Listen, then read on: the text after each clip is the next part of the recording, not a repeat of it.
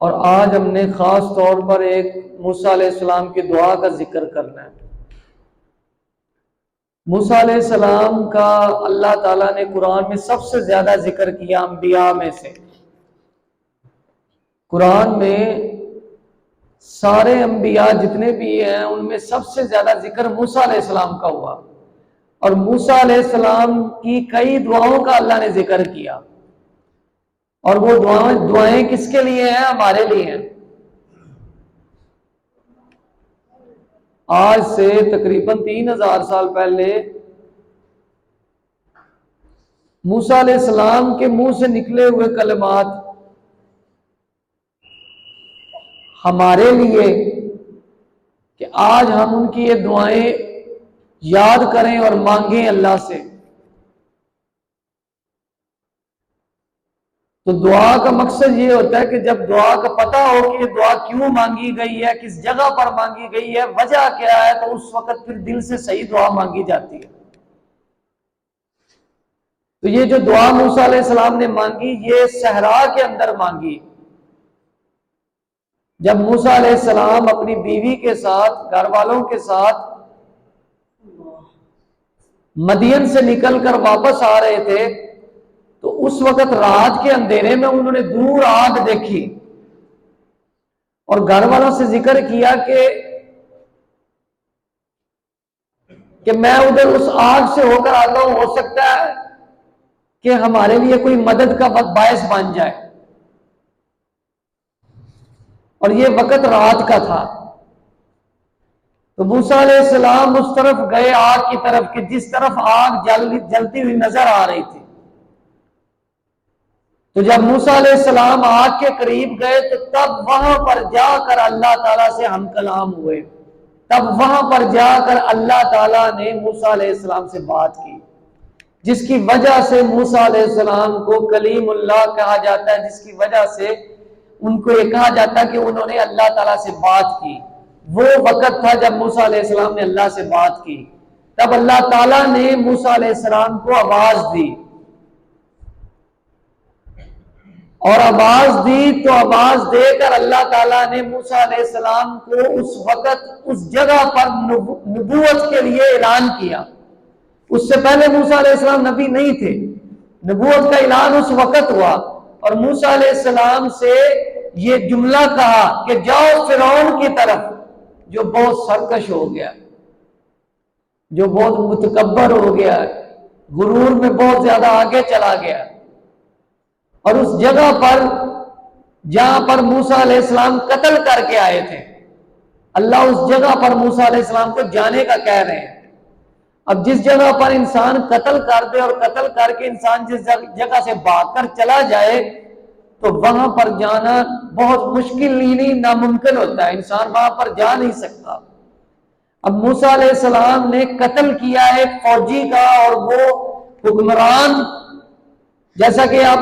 حکمران بادشاہ کے بندے کا قتل کر کے ایک بندہ چلا جائے اور واپس اسی جگہ پر اللہ کہہ رہے ہیں جانے کو، تو یہ کوئی آسان کام نہیں ہے۔ موسیٰ علیہ السلام نے جو مکہ مارا تھا اور ایک قبطی کا قتل ہو گیا تھا، اسی جگہ پر اللہ تعالیٰ واپس جانے کا کہہ رہے ہیں، اور صرف جانے کا نہیں کہہ رہے، مصر میں صرف اللہ جانے کا نہیں کہہ رہے، بلکہ اللہ یہ کہہ رہے ہیں کہ جاؤ اور جا کر فرعون سے کہو کہ تم رب نہیں ہو، جو تم کہتے ہو کہ میں رب ہوں، تم رب نہیں ہو، رب تو میرا وہ ہے جو سورج کو مشرق سے مغرب میں بھیجتا ہے۔ اب یہ کام آسان کام نہیں ہے، یہ بہت مشکل کام ہے، اور فرعون جو ہے یہ اس وقت کا سپر پاور، اس وقت کا جو پوری دنیا میں سپر پاور تھی، جس طرح آج ہم امریکہ کو کہہ سکتے ہیں، اسی طرح اس وقت اس دور کے اندر مصر میں فرعون بادشاہت میں سپر پاور تھا۔ اور فرعون کے بارے میں قرآن کے اندر ایک آیت ہے، وہ فرعون ذی الاوتاد، یہ فرعون کی فوج کے بارے میں کہ ان کی فوج ہر وقت مصروف رہتی تھی، ان کے خیمے ایسے تھے جو ہر وقت لگے ہی رہتے تھے، یعنی کہ ایک جگہ پر جب انہوں نے قبضہ کر لیا تو اس کے بعد آگے مصروف رہے، یعنی کہ اتنی زیادہ سپر پاور، اتنی طاقت تھی، اتنی فوج کے اندر طاقت تھی، اور اتنی بڑی سلطنت تھی کہ موسیٰ علیہ السلام کو اللہ تعالیٰ اس سلطنت میں بھیج رہے ہیں، صرف بھیج نہیں رہے بلکہ اس جگہ پر بھیج کر یہ اللہ کہہ رہے ہیں کہ جا کر آپ نے صرف اس ملک کے کسی وزیر کو نہیں، حامان کو نہیں، قارون کو نہیں، وزیر اعظم کو نہیں، بلکہ آپ نے بادشاہ کو، جو فرعون ہے، جو اپنے آپ کو انا ربکم الاعلی کہتا ہے، اپنے آپ کو رب کہتا ہے، اس کو آپ نے جا کر چیلنج کرنا ہے اور یہ کہنا کہ آپ رب نہیں ہو۔ کیا ہمارا حوصلہ ہے کہ آرمی چیف کے پاس جا کر ہم پاکستان میں ہم جا کر کہیں کہ آرمی چیف تم ایک اچھے انسان نہیں ہو، تم برے انسان ہو؟ ہمارا حوصلہ کسی عام وزیر کے پاس جانے کا بھی نہیں ہے۔ تو اللہ تعالیٰ نے موسیٰ علیہ السلام کو یہ بہت بڑا ٹاسک دیا، یہ بہت بڑا کام سونپا۔ صرف نبوت نہیں دی، نبوت جب ملتی ہے تو نبوت کے ساتھ آزمائشیں بھی، تکلیفیں بھی۔ تو اللہ تعالیٰ نے موسیٰ علیہ السلام کو جب نبوت کا اعلان کیا تو ساتھ ہی یہ بہت بڑا کام بھی دے دیا۔ اب موسیٰ علیہ السلام کو جب یہ کام مل گیا اس وقت انہوں نے پھر یہ دعا مانگی، اور دعا کیا مانگی؟ ربی شرح لی صدری۔ یہ بڑی مشہور دعا ہے۔ یہ اس وقت رات کے وقت آگ کے سامنے مدین سے باہر نکلتے ہوئے موسیٰ علیہ السلام نے دعا مانگی، پہلی دفعہ، جو آج تک ہم دعا یہ مانگتے آ رہے ہیں۔ دعا کیا مانگی؟ ربی شرح لی صدری، میرے رب میرا سینہ کھول دے۔ سینہ کھولنے کا مطلب یہ ہے کہ مجھے اتنی حکمت عطا فرما کہ میں جس جگہ پر جا رہا ہوں، جس کام کے لیے جا رہا ہوں، وَيَسِّرْ لِي أَمْرِي، اور میرے کام کو آسان کر دے۔ اب یہ جو دعا میں مانگ رہا ہوں، یہ جو دعا آپ کو بتا رہا ہوں، یہ موسیٰ علیہ السلام نے اس دور میں مانگی، لیکن یہ ہمارے لیے ہے، یہ ہم سب کے لیے دعا ہے۔ وَيَسِّرْ لِي أَمْرِي، میرے لیے میرے کام کو آسان کر دے۔ میں آپ کو اپنا بتا دیتا ہوں، مثال سے بات میں سمجھ میں آتی ہے کہ پچھلے ایک مہینے سے رمضان سے بھی پہلے میں اپنی ہر نماز میں، فرض نماز میں یہ دعا مانگ رہا ہوں۔ میں اتنی بڑی بتا رہا ہوں بات کہ یہ اتنی بڑی دعا ہے۔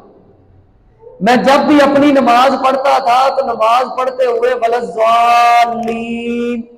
آمین، قَالَ رَبِّ اشْرَحْ لِي صَدْرِي وَيَسِّرْ لِي أَمْرِي وَاحْلُلْ عُقْدَةً مِّن لِّسَانِي۔ میں یہ دعا مانگ رہا ہوں پچھلے 1.5-2 مہینے سے، ہر نماز میں تقریباً ہر نماز میں، شاید کوئی نماز ہوگی جس میں نے دعا نہیں مانگی، مقصد کے تحت کہ میرا کوئی مقصد ہے کہ میں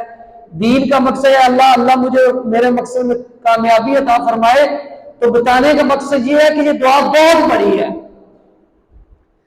وَاحْلُلْ عُقْدَةً مِّن لِّسَانِي، یہاں پر یہ دعا کا مقصد یہ ہے کہ موسیٰ علیہ السلام نے جب بچپن میں اپنی زبان پر آگ کا انگارہ رکھا تو ان کی زبان پر گرا لگ گئی، اور ان کی زبان پر لکنت ایک آ گئی تھی کہ جو ان سے صحیح بولا نہیں جاتا تھا، اس وجہ سے انہوں نے یہ دعا مانگی۔ لیکن ہمارے لیے اس کا کیا مطلب ہے کہ زبان کی گرا کھوجے؟ اس کا کیا مطلب ہے؟ ہمارے لیے یہ مطلب ہے کہ جو انسان شرماتے ہیں، گھبراتے ہیں، جو انسان جن میں کانفیڈنس کی کمی ہوتی ہے، بات کرنے میں، کام کے کہنے میں، کسی کو کام کہنے میں، کوئی کام کرنے میں شرم محسوس ہوتی ہے،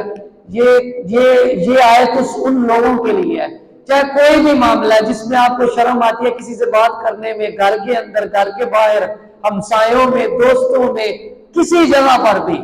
وَاحْلُلْ عُقْدَةً مِّن لِّسَانِي، یہ آیت، یہ دعا ہمارے لیے ہے، اس انسان کے لیے ہے، اس کام کے لیے ہے۔ یفقہوا قولی، تاکہ میرے لیے آسانی ہو جائے بولنے میں۔ اور اس کے بعد کہا وَجْعَلْ لِي وَزِيرًا مِّنْ أَهْلِي، کہ اپنے لیے وزیر مانگا اہل میں سے، ہارون اخی، اپنے بھائی ہارون کو۔